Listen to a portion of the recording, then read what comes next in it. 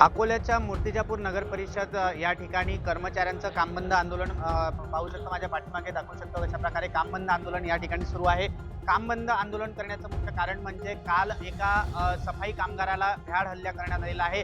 येथीलच असलेल्या एका शासकीय कंत्राटदाराकडून या कर्मचाऱ्यावर भ्याड हल्ला झाल्याच्या निषेधार्थ आज अधिकाऱ्यांपासून असतील क्लास 4 अधिकाऱ्यांपर्यंत सर्व कर्मचारी या ठिकाणी आज काम बंद आंदोलन करताना दिसत आहेत।